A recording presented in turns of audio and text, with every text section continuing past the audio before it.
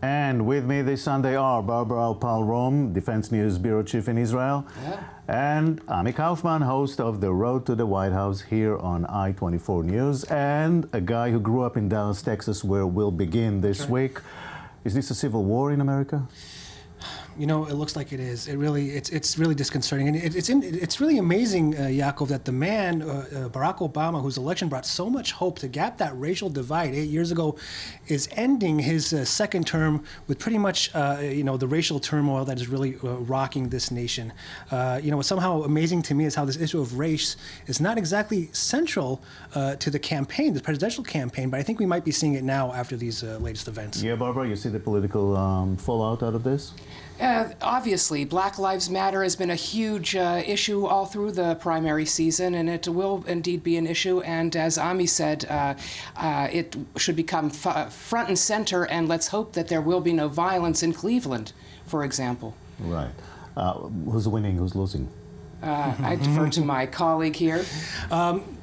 Well, I don't think there are any winners or losers in this case. I mean, if you look, are you talking about Hillary and Trump, for example? Both of them have been pretty calm in their responses, trying to call for calm, as President Barack Obama has done. He is currently in Poland on his way back to Dallas to address these issues.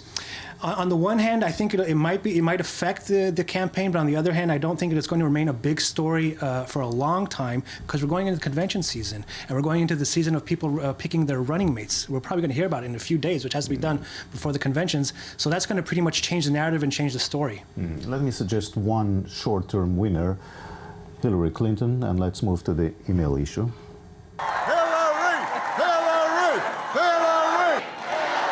But I'm here today because I believe in Hillary Clinton. And I want you to help elect her to be the next president of the United States of America.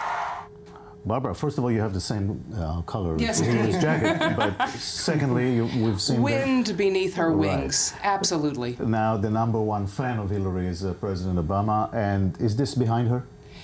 It will there will be attempts, as you know, from the Republican side to dredge this up. The campaign ads are already out there, and they're not going to let this go.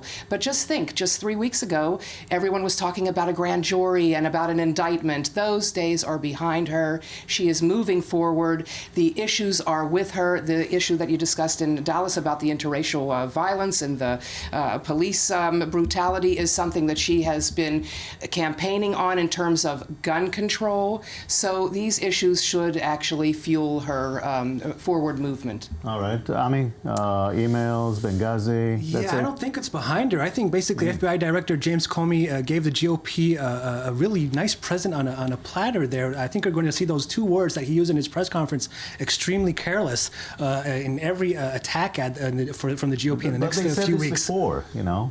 I know, but when it comes from the FBI director, just a few weeks before the convention, it's a different story. It's, she might not have a legal indictment, but wow, that was quite the political indictment that he gave her. All right. On the other hand, of course, the issue of Donald Trump. So they took this star, could have been a star for anything.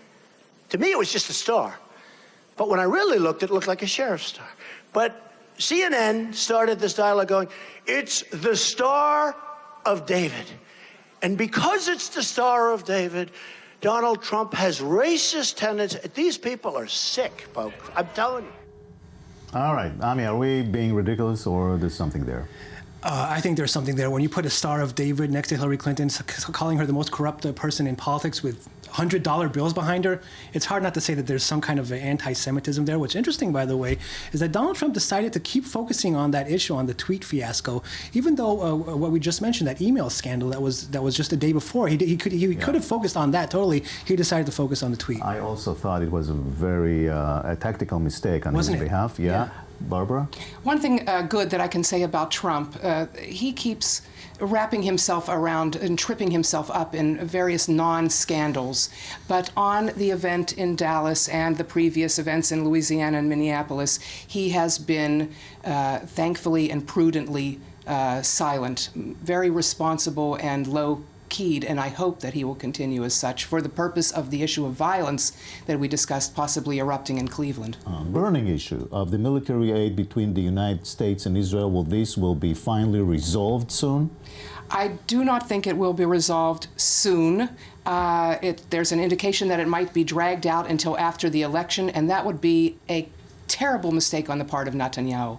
There is seems to be a misreading. The Israeli government is misreading the whole intent of U.S. security assistance to Israel. First and foremost, it's a tool of foreign policy intended to enhance regional stability and promote peace between Israel and her neighbors. And they believe that peace can be promoted when there is a strong and secure Israel. It is not a blank check. It is not compensation for anything that Israel has done in terms of the nuclear agreement with Iran or any type of forward movement on the Palestinian peace process. So every week that Netanyahu waits to sign this deal will be to the detriment of the Israeli people. All right. Thank you very much, Barbara and Ami.